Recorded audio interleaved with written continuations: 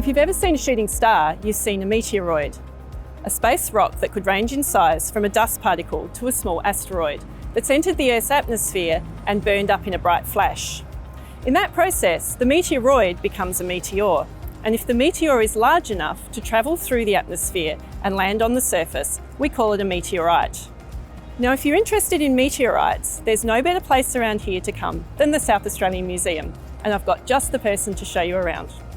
Hi, my name's Ben and I work here at the South Australian Museum, and I look after the state collections for earth sciences, so that means rocks, minerals and meteorites. And meteorites are so important to science that in fact the first thing that you see when you walk into the museum is this meteorite. Now this is a very, very big meteorite known as the Mundrabilla meteorite, and it was found over on the Nullarbor Plain in the 1960s, and it actually has a total weight of about almost 20 tonnes. Now meteorites are rare things and they don't fall all that often, but you might be surprised to know that in fact a large amount of meteoritic and cosmic dust rains down on our planet every day. We think that there's about 500 tonnes worth of meteoritic and cosmic dust raining down over the planet. We estimate there's about 1 tonne of cosmic dust raining down on South Australia. As I said before, meteorites are quite rare things. We estimate that there's probably about 500 meteorites of a reasonable size falling on the planet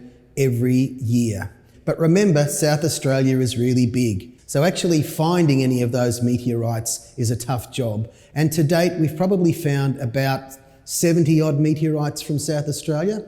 Now that doesn't seem like much, but South Australia is a very, very good place to find meteorites, particularly over on the Nullarbor Plain. Let's go over to where I work and I'll show you some wonderful South Australian meteorites that we have in the collection. You might not know it, but actually most of the museum's collections aren't on display in the building that you see in North Terrace. We're actually out the back in the Science Centre where the museum's collections are held.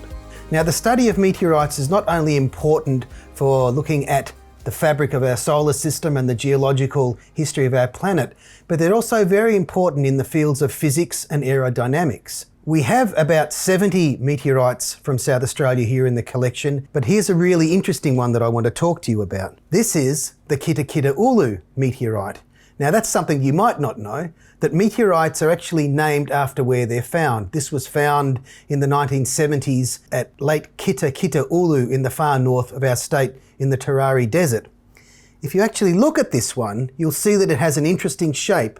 And this actually looks a bit like the nose cone of something like the space shuttle, and you can actually see the direction in which this was flying as it came down to Earth.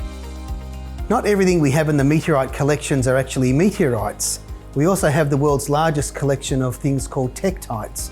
Now tektites are interesting because they are actually the result of meteorite impacts on our planet, where the force of the meteorite impact was so strong that it actually melted the rocks on the surface, and these were blasted up into the atmosphere and returned back down to Earth as these glassy blobs.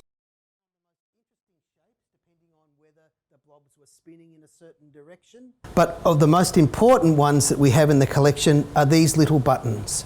Now these little buttons were used in the 1950s to help the NASA space program develop re-entry vehicles that could come back through our atmosphere. Another interesting thing about tektites is that in Aboriginal knowledge systems, they are also considered to be objects that fell from the sky. Now, no one could have witnessed the impact that produced these tektites, as it happened long before humans are known to have lived in Australia. So Aboriginal people may have noticed things about their shape and composition that led them to this belief. Almost all meteorites come from the asteroid belt, which lies between Jupiter and Mars. There are 3 types of meteorites that come from there. This one here is what is called an iron meteorite.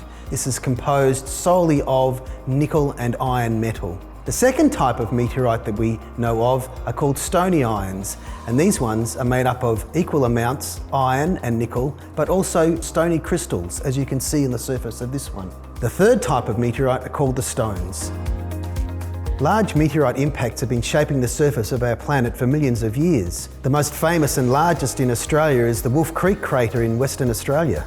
The Wolf Creek crater is known by the local Jaru people as Candimalal, which is said to have formed when a star fell out of the sky. This crater predates known human habitation, but it is likely people observed the night sky, including shooting stars, or may have witnessed other meteorite impacts and made a connection with the near-perfect crater on their country. It was not recognised by Europeans until 1947, long after oral history accounts began to be told of the falling star impacting Earth.